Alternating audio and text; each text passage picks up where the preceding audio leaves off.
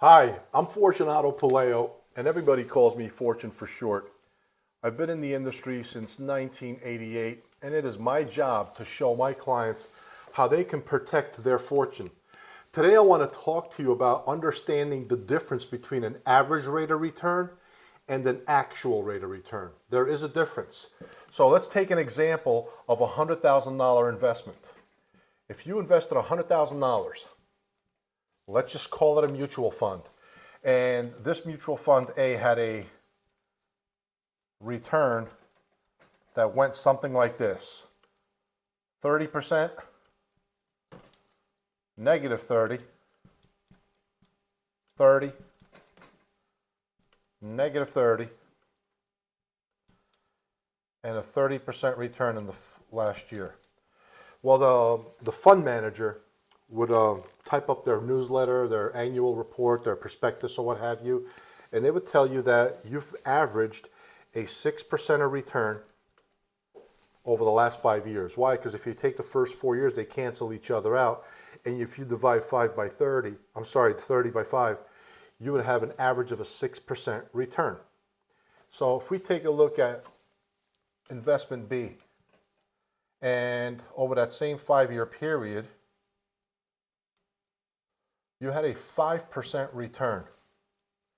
But in the second year, 0. In the third year, another 5%. In the fourth year, 0. And 5% in the last year. Your actual rate of return was 15. Yeah, you can argue the point and say, well, that's an average of 3%. Okay, then let's do the math. So if we take a $100,000 investment and you made a 30% return, then obviously you would have $130,000 in the first year. But if you took a 30% loss the following year, that 30% loss is on 130,000, which brings you to 91,000. Where the following year you had a positive 30% return, brings you right back up to 118. And if you took another 30% loss the following year, you're at 82,100. And if you took a 30% gain the very last year, you would be at $107,653. Okay? So that's your average 6% return over that 5-year period. Well, what happens here? You'd have 105, but because Plan B does not participate in the downside risk of the market, when the market loses, these plans do not participate, so therefore you keep your 105. And then in the third year, you're at 110, 250, 110, 250 again. And in the last year, you're at 115, 762.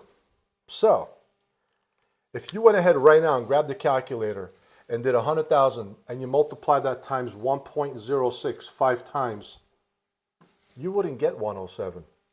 You'd get a much larger number. So why are they telling us that we average 6%? I've been in the industry since 1988, and I would rack my brain trying to figure out how the returns were actually being calculated. So when I found out about Plan B, what is Plan B? Again, fixed indexed annuities. These programs do not participate in the downside risk of the market. You see, without actually doing the math, if we went ahead and showed you these returns and said to you, which one of these investments would you like?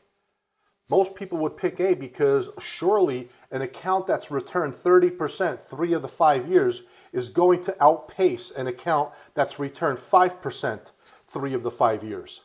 But when you do the actual mathematics, it's not so. What fixed indexed annuities do is they protect you on the downside of the market. So by doing it this way, you capture those gains every annual on that reset. And if the following year is a negative year, you get to hold on to what you've made up until that point. So I hope this really helps, again, sift through all this white noise that's out there of what the financial markets are telling you should be doing with your money as you're nearing retirement. Look at what you can do by protecting your assets and not participating in the downside risk of the market. A great exercise.